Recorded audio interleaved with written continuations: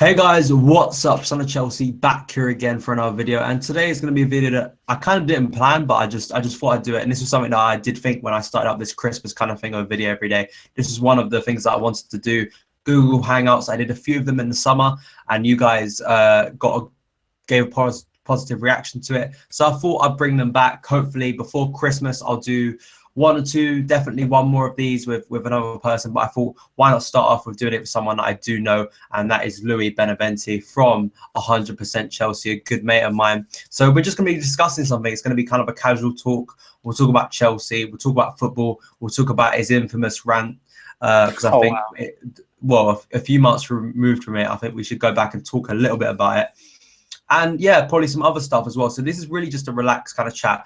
One thing I did say when I did my video yesterday where I talked about the Euro 2016 draw, I did say that a career mode was going to be out tonight. Unfortunately, as you know, sometimes stuff doesn't go to plan, technical difficulties, but it will be up tomorrow along with, I think tomorrow, yeah, there may be one other video, but definitely my career mode is going to be up tomorrow. We're going to Leicester away. Me and Louis are going Leicester away. Woo! So, oh, you don't know? No, I do know. I'm just going woo because we're going Leicester away. Oh, I thought you said what? I was like, how do you not know? No, yeah, exactly. How do I not know? Just like no, but definitely we'll go there, and maybe I might do some sort of vlogging. I'm not sure. I'm not so sold on vlogging, but I know 100% Chelsea are definitely going to be doing some stuff up there. So if you guys are up there, just come say hello. Me and Dan will be there. We'll be waving. We'll probably be carrying a bag full of camera equipment or something.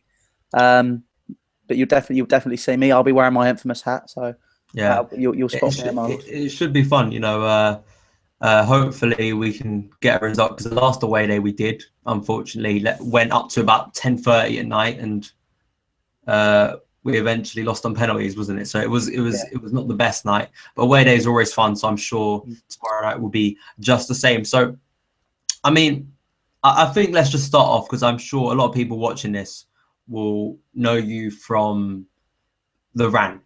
Yeah. And I don't want to talk about just the rant itself, but I think it is an important thing, because I know on 100% Chelsea, we talked about it like once after it, and it just didn't go. What is it now? It feels ridiculous to say, but it's like 2 months now, over 2 months, which feels ridiculous even then, because I still think of it like, the vision of watching you do it live, coming out of the ground and seeing you do it. How has your life changed?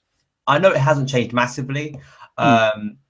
In terms of going to the ground, what has changed for you in terms of being a fan, being a Chelsea fan? Because I'm sure you get recognized. I've been with you. You get recognized when we're doing the interviews. People come up to you. Is there anything that you regret about the interview, or do you still stand by it all? I'm just interested, how has it changed your life, and also, do you stand by or regret anything from the interview itself?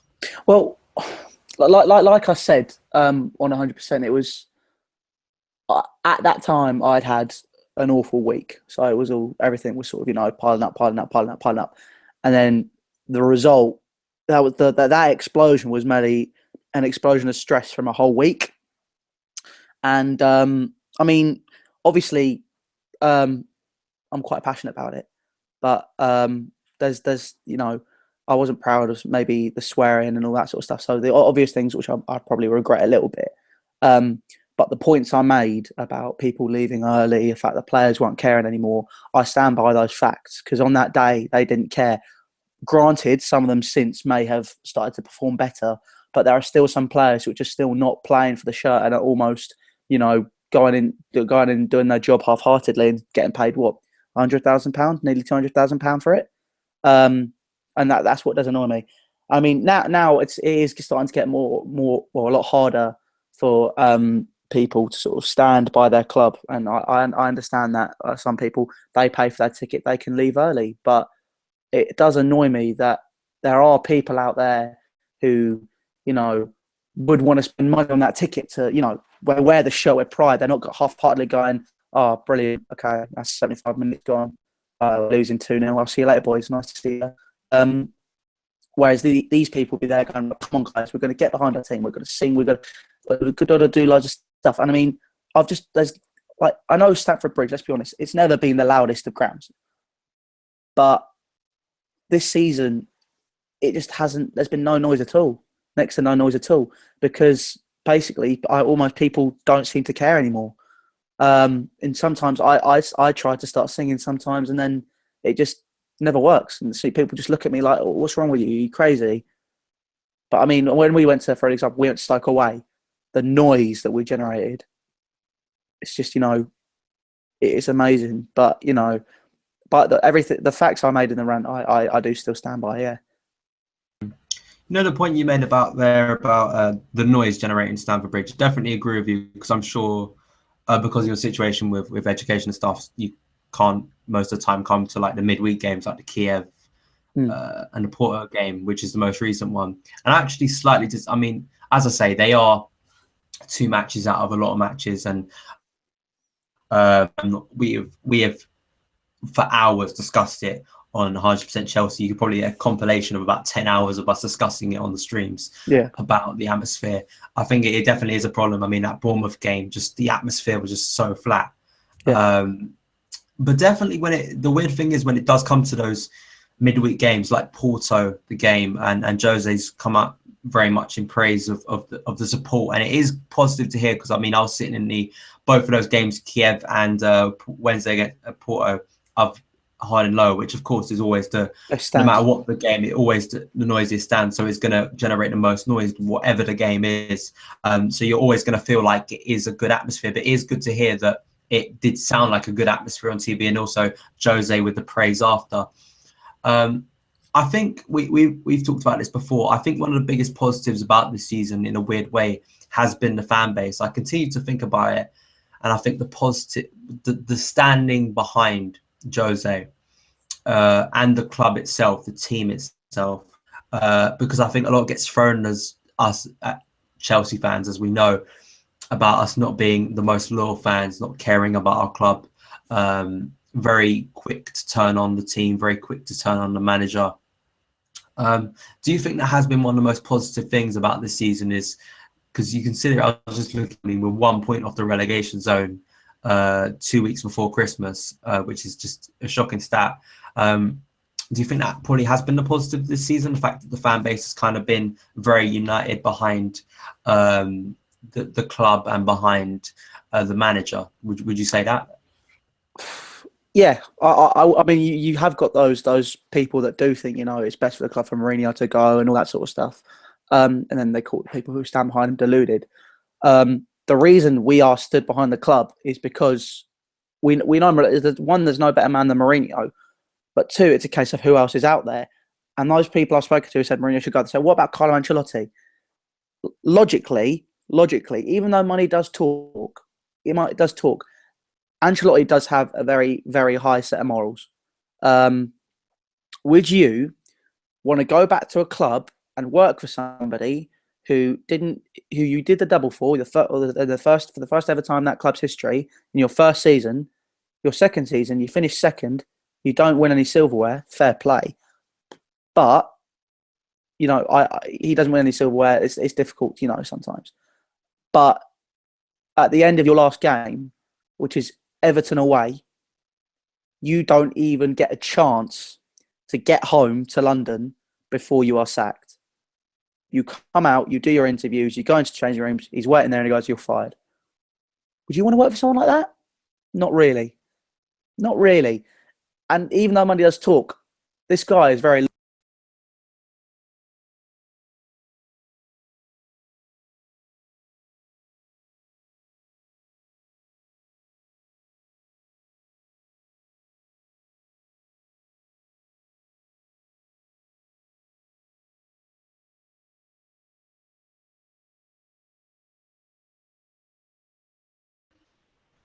There might have been some technical difficulties at the moment. I'm not entirely sure. I think did Louis drop out of the call? Hello, I did. I don't know what happened there. There we go. So are you back now? I am. Ask me a question which will make you laugh. Just give me something and you'll know if it's me or not. It might be an imposter. Okay, fine. Dan's not very happy. Okay, cool. So you're back. No, yeah. I was just because I was watching the stream on YouTube. But anyway, we're back now. So yeah, I mean, you were just like talking about Carlo Ancelotti and him coming back, and the way he got sacked. Now, I personally, just I hate talking about a new manager coming to Chelsea because I think yeah, definitely. for me it becomes it sounds a bit ridiculous to me on multiple levels. You know, just for me, I think the way we need to stick behind our manager, and I still believe that. I've said on this channel many times, and I've had a lot of criticism on this channel when 100% Chelsea from people, even Chelsea fans, who've said to me, "Why do you continue to stick behind Jose Mourinho? Why don't you criticize him?" And that's just absolute rubbish in my opinion, because I have, you know, as well as I do, we've all criticized him. There are certain parts of he's not immune from criticism, but I still think we should stick behind our manager.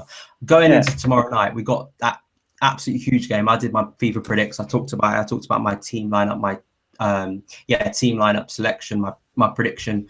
We're going to the game, so of course there's going to be a very emotional bit to it, as always with away games. But what are your feelings going into the game? I've kind of got this deluded sense of mine that my head's telling me that if we play up to a certain standard, we could get a draw, and my heart's telling me that we're finally going to decide to turn up. But I know you're more of a pessimist than I am, so I'd like to hear a different point of view on it, because Leicester are the favourites. There's no denying that. And so, what are your thoughts going into the game?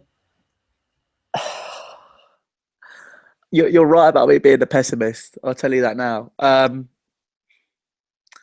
Like you're saying, my heart is telling me we're going to go into that game and we're going to win. We're going to turn a corner. Everyone's going to see who we really are. You know, everyone's like, the informed team's going to lose to what, I hate to say it, on paper we're not, but on current form we are the underdogs. You know, Leicester City, the home, or Leicester, the home of Walker's crisps. You know, it's versus Chelsea Football Club. Russian oil money, as people like to put it. You know, all these amazing players on paper who aren't performing up to standards.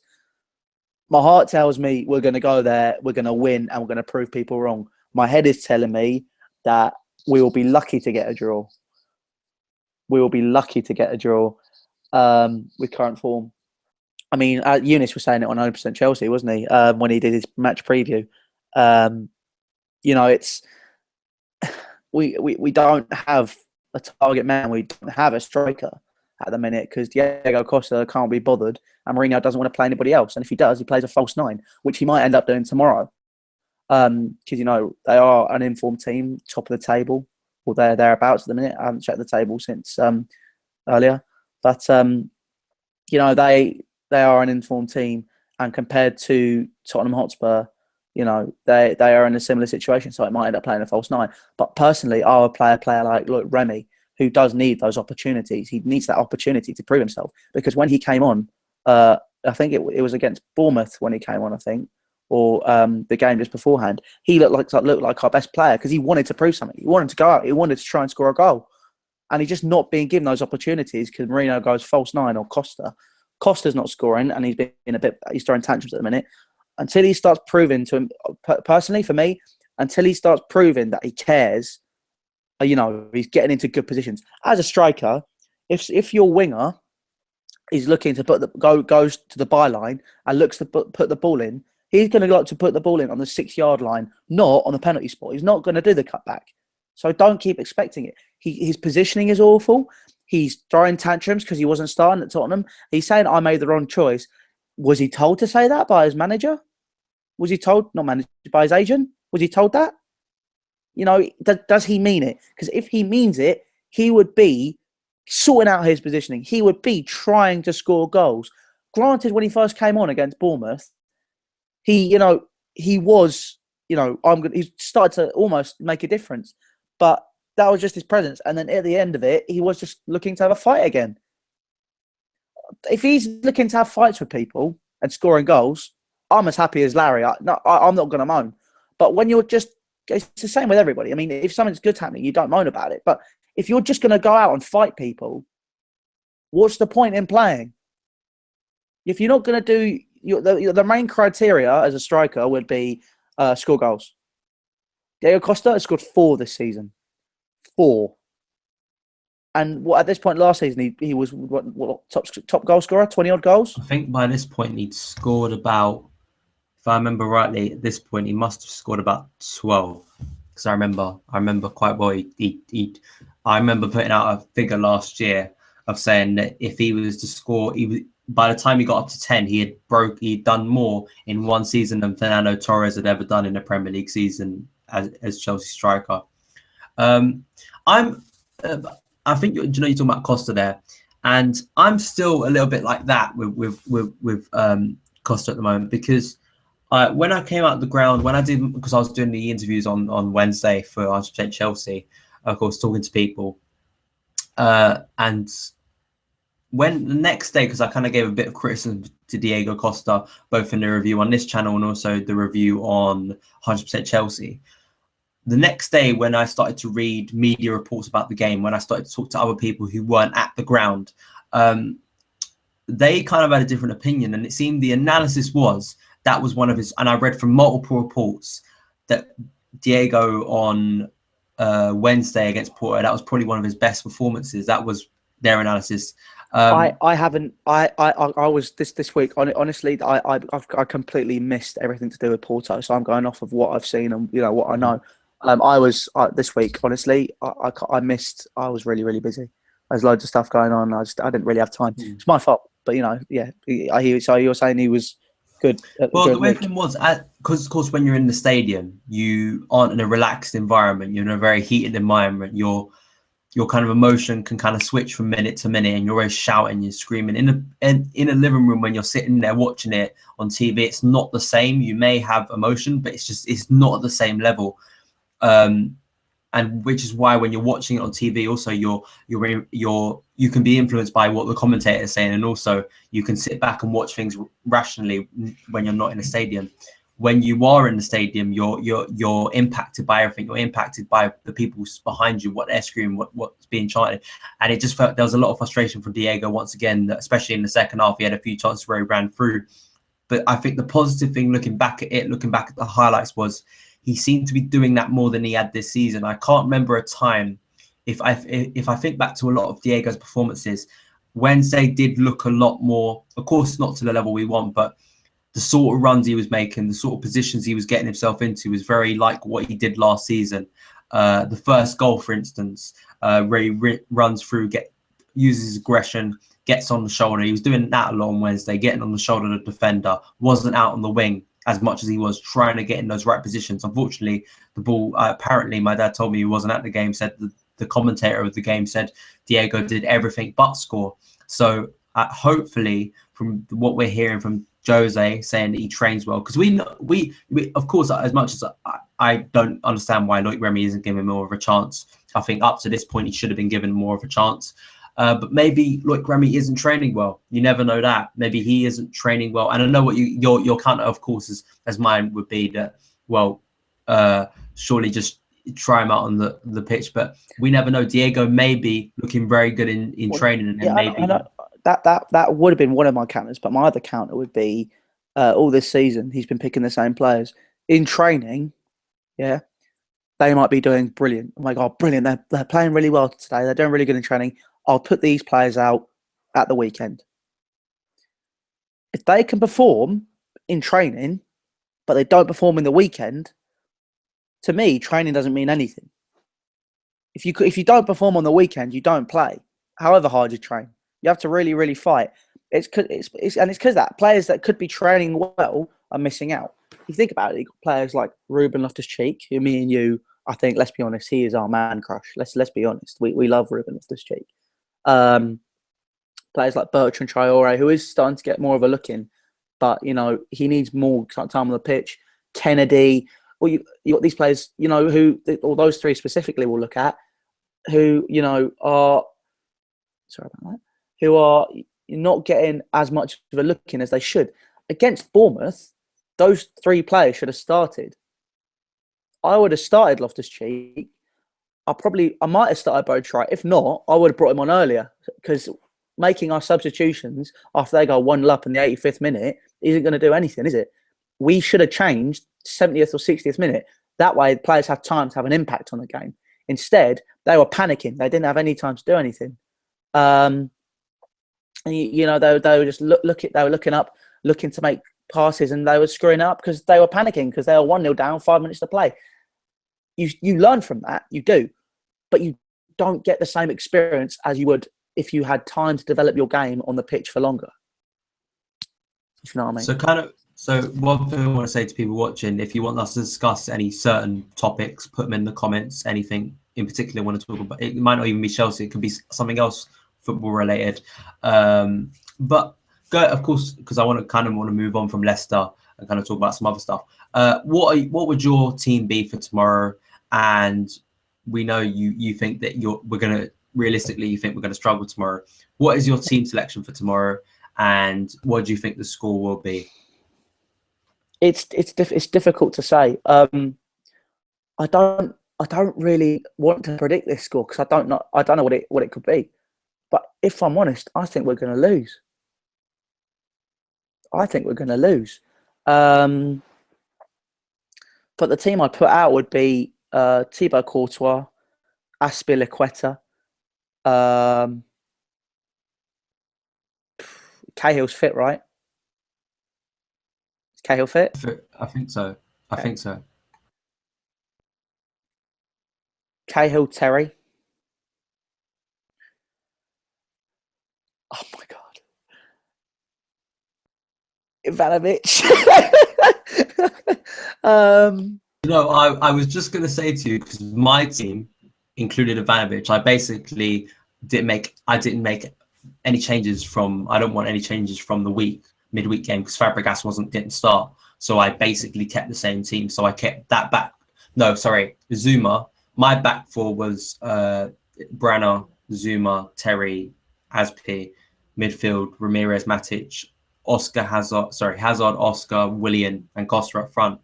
Would you go for something similar? Because I personally, I know it's a shocking moment. You just admitting that you want to see Ivanovic back into the team, but let's be honest, I don't think recently he has been performing better, but I think that's because he was dropped. I think maybe he had to have time to look back and say, right, this is what I've been doing wrong. But I mean, think about it. He wasn't actually dropped. If you think, he was injured and then he was dropped. He was injured. Yeah, he got fit again and he was dropped for 2-3 games. So he had time to look back and say, right, this is what I've been doing wrong. This is what I need to change. And slowly but surely, he seems to be adapting his game. I might choke on my words tomorrow and he might go try and play as a right winger again and we'll be wide open. Jamie Vardy will cut in and score with his right foot. Touch wood, he doesn't. But, he's slowly achieving more. And like I said, this season, he's been shocking. That's my this season, I was looking at it going, I don't think he should play. And people think that I don't appreciate what he's done. I do appreciate what he's done. I do appreciate what Ivanovic has done for the club. He's been a great servant for the past few years. I mean, what you did your 11, didn't you, for 2005-15? I mean, Ferreira, you said, you're right, he's a great servant. But Ivanovic, like you're saying, he scored the goals. He has edged him over time. So I do appreciate what Ivanovic has done for us. However, this season, he has been poor. He has been shocking. And, it's his positioning and he's just been caught out. But you're right, he is slowly but surely getting better. I do think that it is best to have maybe a solid back four, where Ivanovic and Azpilicueta can push up slightly, but I wouldn't have them flanking and bombing forward against Leicester City because they, Riyad Mahrez and Vardy or what? They cost 1.4 million and they've scored 24 goals between them this season. I mean, I think we've talked to. I think that let's get some words out. But basically, I think it comes down to mentality with Chelsea, and I've said this. I said this on Wednesday after the game. I said that I personally think that a lot of this season's problems, from what I've seen week in, week out, and when I see games like Kiev, like the midweek game against Porto, I think it comes down to mentality. I think the players, for some reason, decide to turn up on you just see a switch go on with Chelsea on Wednesday. And I know people say Porto weren't at their best, which they definitely weren't compared to where they were when we played them like late September. But at the same time, it's just that little change in mentality, that extra notch up in aggression. So for instance, when a player like Ramirez comes in, will get in there, make those challenges. Just little, not even the big things of scoring goals. It's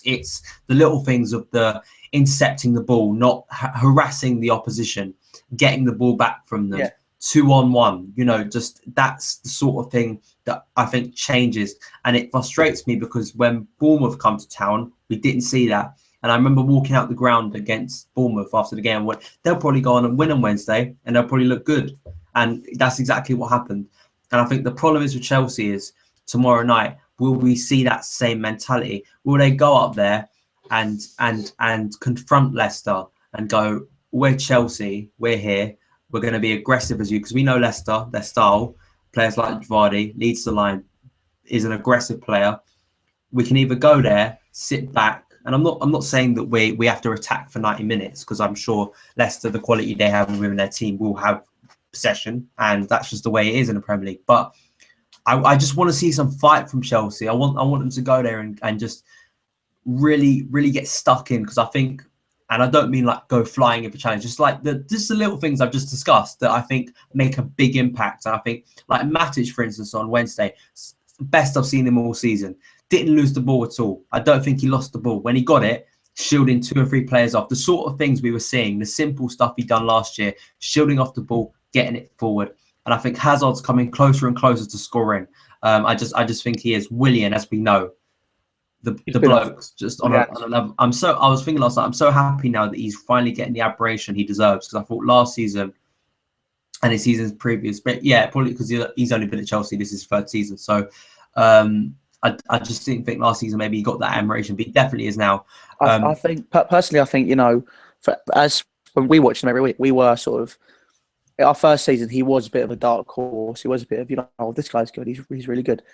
Last season, it was, okay, Willian is really good. And you're right. And this season, he's now, the whole world now knows Willian is a great player. And what you're saying about how we approach the game tomorrow, we cannot afford to approach it in any other way. We have to be aggressive, but we have to be resilient when it comes to keeping possession and being defensive.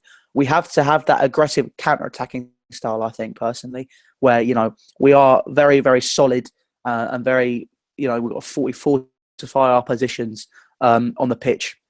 So it's difficult for Leicester to move the ball around, but you've got to be there. So every time, if we lose the ball, you've got 2 players got to be there one time like that. If Ramirez loses the ball, he's there and Willian's there, bang, like that. So you have 2 players to get the ball straight away. You have to be aggressive. You have to keep possession. If we have the ball, Leicester aren't going to score, are they? It's simple as that. When I say keep the ball, I don't mean do what we do where we pretend to be Michael Owen punditry there. If we have the ball, they won't score. No, but it's as simple as that. It is. A lot of the time, Michael Owen is a muppet when he commentates. Sometimes he does make. Stop laughing at me. He does make. No, he doesn't. Okay, forget it. No, but come on. He never. I think BT are now coming. I saw on Saturday he wasn't even in the studio. He wasn't at the game. I don't think. So I think they're coming. They're finally coming around. But because I think I didn't catch the whole game, but I did. I don't think he was there at all on Saturday. So hopefully, BT, if you're watching, you're catching on to the people's. This is not just trolling on the internet. This is just poor punditry. But sorry, that's a side note. Let's be honest. What I said then is the sort of thing your football coach would say. It would be the sort of thing your football coach would say. He would say, if you've got the ball, they can't score, can't they? I'm saying it like that. I'm not saying it as in Michael Owen and going, well, they've got the ball now, the other team can't score. I'm not saying it like that. I'm saying like genuinely, if we have the ball, they can't do anything. But it's players like Vardy, who is very aggressive. You know, his whole motto, and it was proven when Ashley Williams did chat, and he did get banged at the end of it. So it's we've got to maintain possession, but be aware of those aggressive players like Kante, like Vardy. These players are very aggressive, and Mahrez. They will. I wouldn't say Mahrez is very aggressive. Mahrez is a flair player who's someone you have to watch out for. Who knows what to do with the ball. There's players like Okazaki, Ulloa, big strikers. Okazaki's not big, but he's proven that he can have a physical battle, and he's got some great passing skills there. I mean, that for Vardy when he scored that record-breaking goal against Man United, Okazaki had already passed the ball, and Vardy was already going. So I want it here. Oh, it's already there. Brilliant. Hit it, off it goes, 1-0. That is what, well, okay. I like Game of Pro Assassin's a bit forward, mate. You'll have to buy me a drink, mate. But it's you have they already. I just want to say hi to like Turn Like Hazard and Game of Pro Assassin. But they have that connection now, and I think Nigel Pearson, he sort of got what he needed out of them at the end, and then Leicester sacked him, and then at the beginning of the season, no one would have thought Leicester would be near the top of the Barclays Premier League. I mean, Claudio Ranieri is a great coach, and he's right. It's he is a great coach. People would not have expected that. People didn't expect that what happened with him and Greece to have happened. But people do forget how much of a good coach he is. We called him the Tinker Man. And, he does tinker, but he doesn't tinker a lot anymore. And he sort of goes, right, I think I'm going to do this, this, this, and this. And he aims to get the result. Tomorrow, he's not going to be stupid and say, right, Chelsea aren't doing very well at the minute. We're just going to go out and we're going to go out and like rabbits, get the ball, score a few goals, 3 points to us. Simple as that. But he's going to approach it, and he's going to be logical. Every manager is logical about it. I mean, if you looked at how Eddie Howe, I noticed this. I kept looking when play stopped, because the whole 11, every time play stopped, they went over to Eddie Howe. Eddie Howe said, right, this is what we're going to do. We're going to change this, and this. This is how we're going to set up for the next until the next break of play. Once that's done, off you go. We're sorted. Okay. It's oh, Max is here. Hello, Max. He kept altering the play. Ranieri is going to alter to however he feels he needs to get 3 points. He will be defensive. He will set up as if he set up against Manchester City or Manchester United, because he's not stupid. He's coming up against one of the best managers in the history of football. Let's be honest, Mourinho is up there with Shankly, with Brian Clough, with Ferguson, Pep Guardiola maybe. I'm not a big fan, but, that's me. He's not going to approach it stupidly. So we've got to be careful with how we approach this game. Exactly. I think that I think overall, I think it does come down to mentality, and also Leicester. We just got to realise how good they've been. Moving just before we end, so quickly, give me your score prediction. What do you think the score is going to be? Optimism, 1-1. That's optimism. Yeah, as I said in my FIFA predicts on Friday, I said my head says. My head says 1-1, but my heart says 2-1 or 2-0. And it's a glorious header from JT. Not even last minute header. It's just a glorious win, and they will come celebrating to us at the end, and we basically annoy the whole country, and we finally return. Finally, things go back to normal in the Premier League. And this is the weekend where everything goes back to normal. But we'll have to wait and see. On Claudio Ranieri, I just have so much respect for the guy. I think it was such an unfortunate thing when he left Chelsea. And I don't think anyone should come back and say that we should regret sacking him, because look who we got after him. But I just think it was an unfortunate set of circumstances.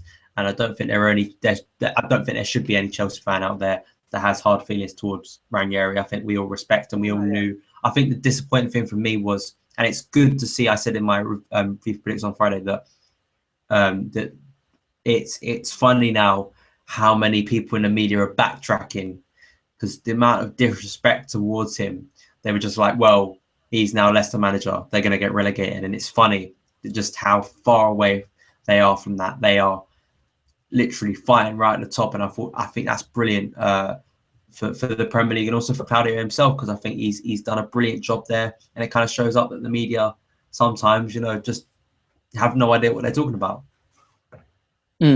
Yeah, well, it does go to prove that. I mean, you're right, Claudio Ranieri is a good coach, but I will be honest, I did think Leicester would get relegated at the beginning of the season. I think a lot of people did after what happened last season, but it just goes to show how much fight there is in that team. And what Leicester are.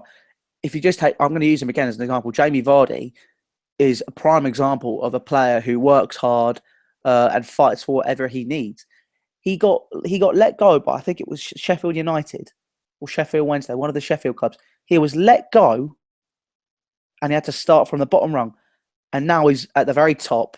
He's a team of nearly basically top in the Barclays Premier League. He was fighting for relegation. He's gone from non-league football to League Two to League One to Championship to Premier League, and then an England cap. Him and Charlie Austin are two examples of players who are excellent. They are brilliant players, but they just don't get recognised for it. And Vardy is basically the heartbeat of that Leicester team. He is. If you think about Latin mottos like "work hard and you will succeed," basically you just, instead of that, just have a picture of Jamie Vardy. Obviously, his motto will come up. But then, if you think about Leicester and think deeply and philosophically, rather than as a football fan or just as a person who wants to have a laugh, a bit of banter, Vardy is a very, very hard-working person, and it is only now that he is being recognised for it. And we've got to be careful how we approach him. But Ranieri, Vardy, let's face it, they are Leicester this season are dark horses. They won't win the league. If they win the league, I'll eat my hat. But they will be up there. Top 8 definitely. I think it'd be a good story for them to be in the top 6, anywhere within the top 6. There's some people I've seen say that like this game pretty much, and I do kind of agree with them. One thing I want to Max has put in the comments saying Harry Kane or Jamie Vardy. Personally, that's a tough question because I think they're two very different players. I think they are, but I love Jamie Vardy. It's Jamie Vardy for me. Personally, I can separate what people do off the pitch to what they do on the pitch, but even then, I personally think that Harry Kane is still an up-and-coming player. He's a player that has got a lot of years ahead of him and can do so. I think, once again, comparing the two players, I think, for me at least, is a bit unfair to Harry Kane and also unfair to Jamie Vardy, because I think they're very different players. They've had very different careers, and they're going to have very different paths, because Harry Kane's still in the early stages of his career. He's achieved a lot, what he done last season, what he's done this season, but he's still got so much to do. Jamie Vardy, probably this is the prime of his career. Probably this is, and I hope for Jamie Vardy's sake that it still gets better, but probably this is the prime. This is the best part of his career. I still think that Harry Kane can do more within football, and I think that's why it's difficult to compare them. Who would I want in my team? It's difficult because I think every fan wants a player like Jamie Vardy in their team. A player who can just literally run, just fights for the team, leaves everything out on that pitch. But at the same time, I think technically, long term, I think Harry Kane would be a better player in my opinion. I'm thinking long term. Long term, or for longevity, of course he is. He's 6 years younger than Jamie Vardy.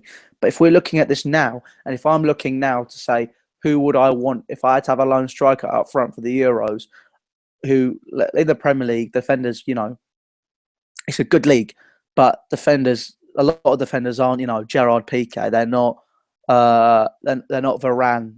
They're not. You'll be coming up against world class defenders. Harry Kane, he's proven when he plays for England that he can play. But when he came up, as an example, when we played Italy, Chiellini kept him quiet all night. If Chiellini did what he did to Harry Kane to Vardy, Vardy wouldn't have it. Vardy would fight back. Vardy is a very, very aggressive player. And, I'd rather, if I had to have someone up front on their own, I'd have Jamie Vardy personally. Obviously, he's used to working in a partnership. And Max has just said, Harry Kane and Vardy could be a great partnership at the Euros. It's a case of will Roy Hodgson want to experiment, because he doesn't like to experiment. But those two would be a great combination together. But if I had to have one, I'd have Jamie Vardy because of his mentality. I think definitely right. The reason I'm saying Harry Kane is because I do like to look long term at these things, and also I think once again it is a difficult comparison to make. I think you could have selected two players. Like you could put Jamie Vardy and another player of a similar age. I think when you start comparing players with age, it's like saying, let's try and think. It's like comparing a young player like Raheem Sterling to an older player in his position. It's like comparing, Robin on Iron Robin to Raheem Sterling. Raheem Sterling, I'm not saying that he's ever going to get to the level of Robin, but I think that's an unfair comparison because they're at different stages of their career. Once again, I'm not comparing those two players, and I personally don't think Raheem Sterling will ever get to the level of Iron Robin, but that's another story. You just talked about England. Probably one of the last things we'll talk about. I discussed it last night, the Euro draw. I personally think that if we do not somehow get through this group, and remember as well, this year, because there's more teams, the best third teams will get through as well. If somehow Roy Hodgson cannot get this team through this group, for me personally, he should be sacked. Do you agree? Let's discuss it. Yes. He apparently is looking to get his contract extended, and I think that's stupid. Never extend Roy Hodgson's contract. He's a good manager. He's been good for England, but at the time he got hired, there were better managers available. Harry Redknapp. I personally think he didn't get picked by the FA because he is not the traditional suit and tie manager. I don't think he fits. You think Roy Hodgson, you think wheeler dealer. Well, not Roy Hodgson. When you think Harry Redknapp, you think wheeler dealer. When you think Roy Hodgson, you think in traditional suit and tie, has a lisp, wise owl, Roy Hodgson. But the thing is, with Harry Redknapp, he liked to experiment. At that time with Spurs, he was doing really, really well. He was doing excellently. And, he was altering the players. He was seeing what worked better for different occasions. You look at Roy Hodgson, you can guarantee the next game he goes out, he'll pick the same, or pretty much the same team he picks every time. Joe Hart in goal, like if they're fit, Leighton Baines, Gary Cahill, Phil Jagielka, probably Nathaniel Klein now. Rooney will be in there. Kane will be in there. Ashley Young. He doesn't really like to experiment. And, I personally think what is best for England right now at this precise time, it's not the golden age of our youth players, but there is some brilliant youth available. Brilliant. Ross Barkley, Jack Butland, Klein, Garbutt,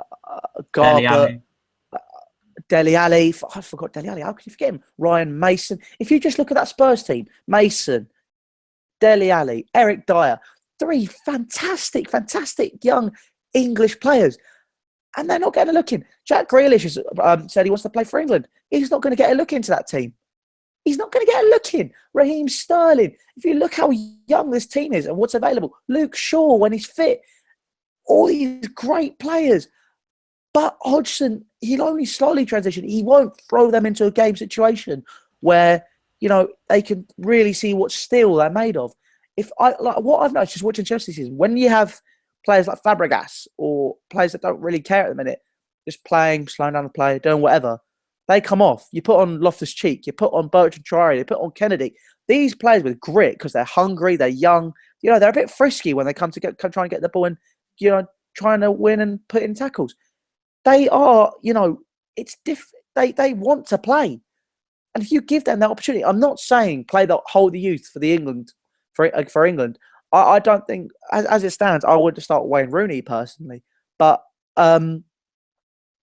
these players have a lot of grit about them, and if you bring them in the squad and you play them, they are only going to get better. I definitely agree with that. I just think you talk about players like Roy Hodgson not doing enough. I think there are many problems with England. I personally think I was having a discussion with people who commented who had a different perspective, weren't from England. I think I had some people from Slovakia and also just people who disagreed with me because they thought I was maybe too disrespectful. And I did say, listen, on a day in tournaments, we know, just look at the last tournament, just look at the last 2 tournaments, major tournaments that England have competed in. We know more than anyone, no matter who it is against, no matter the level of opponent, England don't turn up. England, for some reason, do not turn up at major tournaments. You can look at Euro 2012. We were decent in Euro 2012 in terms of where we got to, actually, think about it. But penalties. We lost on penalties. But if I'm looking at the recent World Cup, which I think was an absolute shambles, and I stand by the fact that out of all the teams in that competition, I think England were the biggest embarrassment. and people can challenge me on that. But I personally think we were the biggest embarrassment, because when you look at clubs like, teams like the USA, you got passed out of their group. England would not. I can guarantee you right now, England would not have got out of the group that the USA got out of. USA were in the group of death and somehow they got out of it. It's because we don't have a team. It's because we have a team of, you talk about all these players, a team of individuals, a team that for some reason, no matter when I watch England, they could be against San Marino, they could be against Switzerland, they can be against Spain. They always look, even if we end up winning 5-0, they always look like they just met. This is their first game together.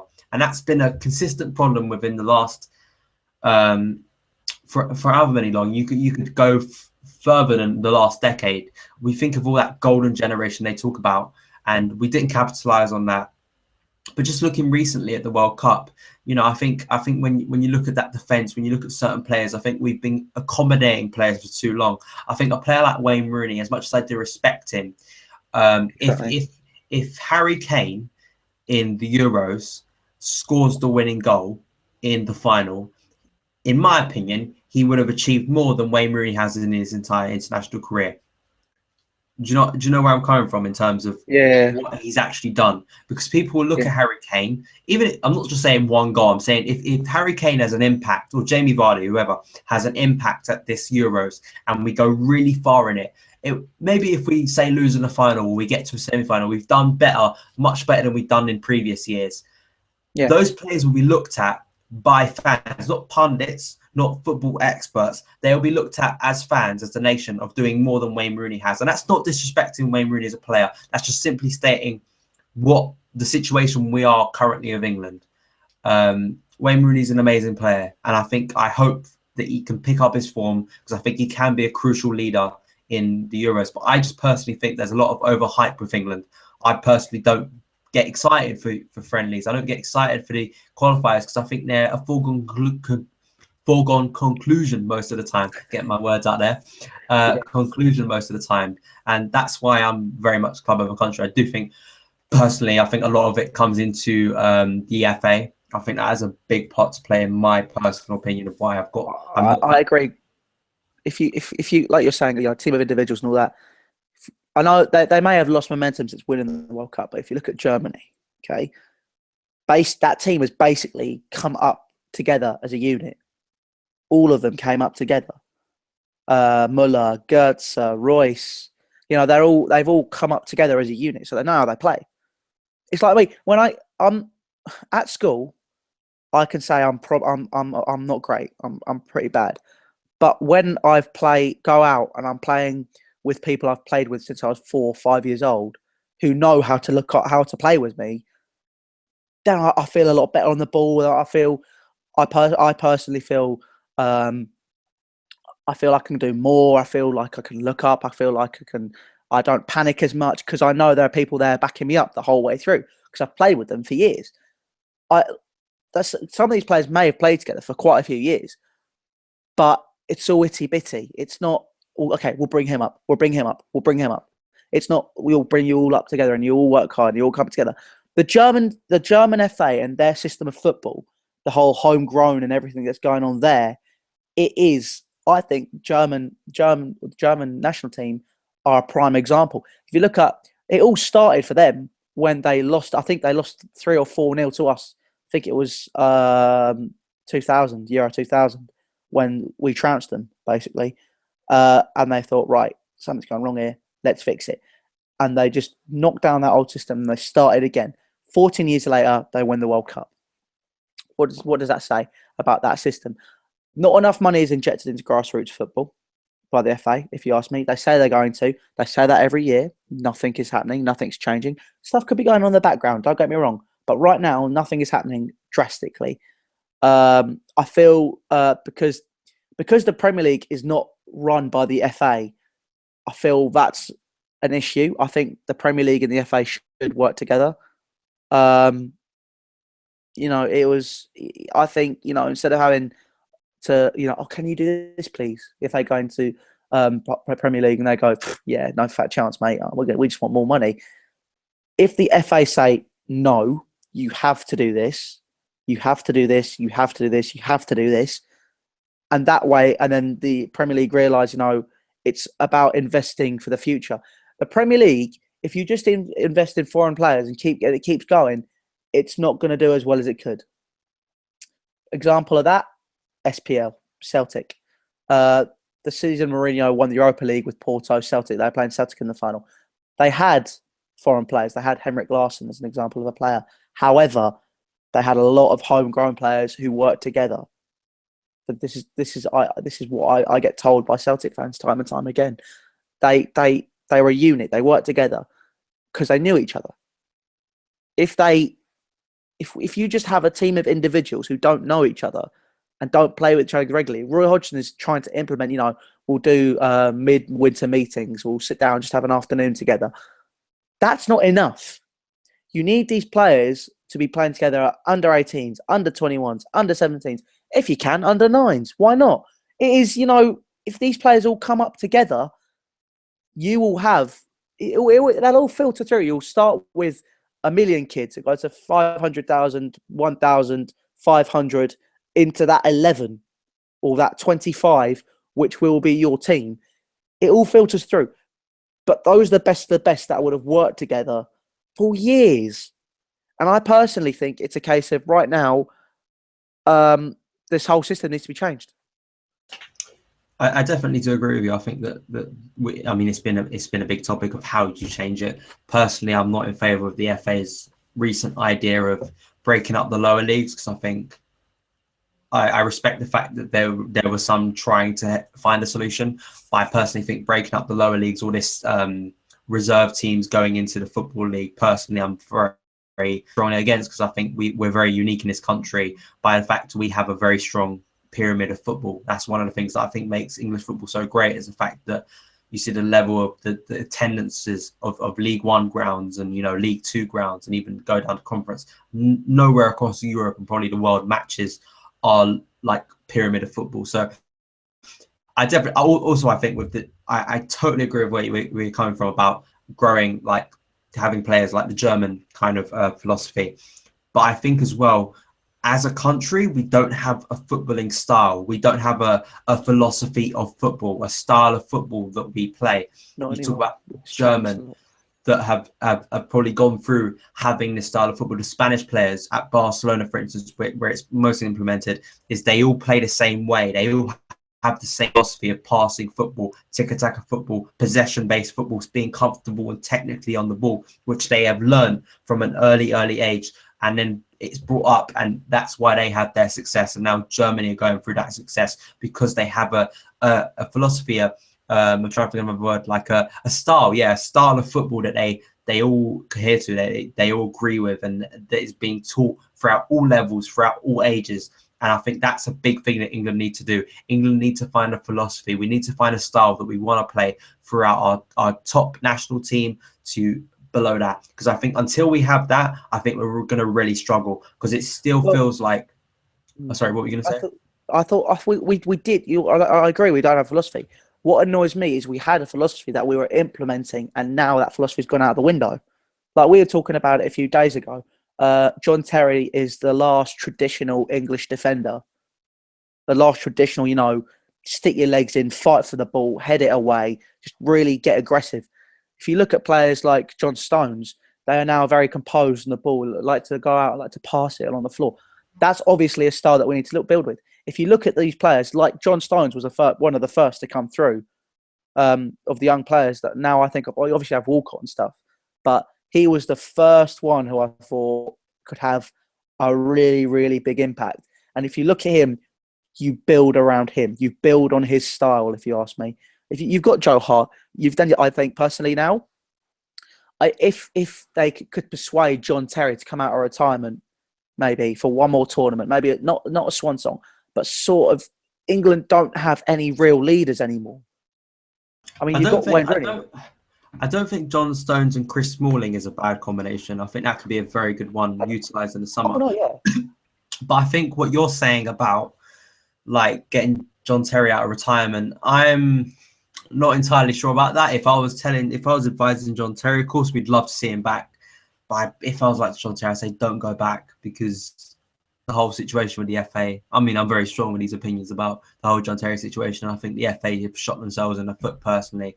I think they did way back in 2012, and I think it cost them majorly at the World Cup when we saw the likes of Jagielka and you had no Ashley Cole, you had no John Terry, you had Phil Jagielka and Leighton Baines, nowhere near the standard of Ashley Cole and John Terry. And I think Leighton Baines was the best left back in the league. Still not at the level of Ashley Cole is best, though. Let's be honest. He's not, but he's the best England had, and he had been. And I think he got shown up at the World Cup. I think the World Cup he got shown up, and I think that's a lot of the problem as well. Is are these players as good as we say they are? Technically, when they go up against a Spain, when they go up against teams of an elite level, where apparently these players that are touted to be sometimes, because we know the overhype of English players within this country, within the media, we just know it. It's just the way it is for some reason in this country, and our media never seems to learn.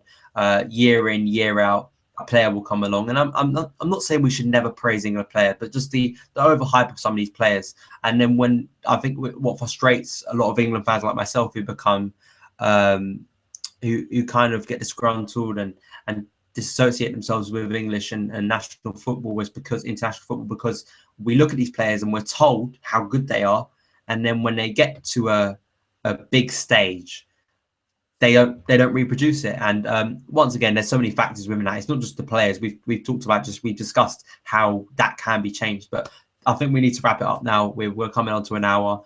But yeah, thank you, Louis, for coming on. We've discussed the game tomorrow night. We've discussed Chelsea, different things within it, and also the England national team. So thank you guys for watching this. If you did enjoy this kind of format, let's discuss. I'm hoping to do more of these within the future. Going to bring on more guests. I'm not just going to bring on Chelsea guests. I'm hoping to bring on fans of other clubs, voices from within football to discuss things. If you do like this format, if you'd like to see more of these, give the video a big thumbs up. Hit that like button. That will let me know you did enjoy this. But yeah, as I said earlier on in the video, my career mode will be up tomorrow on Tuesday. I believe there'll be another video, but definitely maybe we could do some sort of vlog. I did see a comment saying that you'd like to see me do something like that, even if it's just some footage from the game. Definitely we could do something like that, because hopefully it will be a good away day tomorrow. So thank you, Louis, for coming on. Follow Louis on Twitter at Louis de Bugalo. Link is in the description, so you can go and check his Twitter out. Also, I know, is it a New Year's resolution? Because we seem to be going back. It is. No, it is. It will be starting. Okay, so the New Year's resolution for Louis is a YouTube channel. Basically, he wants to start up his YouTube channel. This has been in the works for many months now, but definitely I think within the new year, Louis will have his own YouTube channel. So when he comes back on, we'll be able to promote that as well. But yeah, that really has been it, guys. I hope you enjoyed everything we discussed tonight. Let us know your opinions on the stuff we discussed. Do you agree? Do you disagree? Let us know your opinions on all of that good stuff. Follow me on Twitter at SonOfChelsea. Remember, I am uploading a video every new day. This counts as an upload, a live stream every day leading up to Christmas. So make sure you subscribe. And yeah, I'll see you again.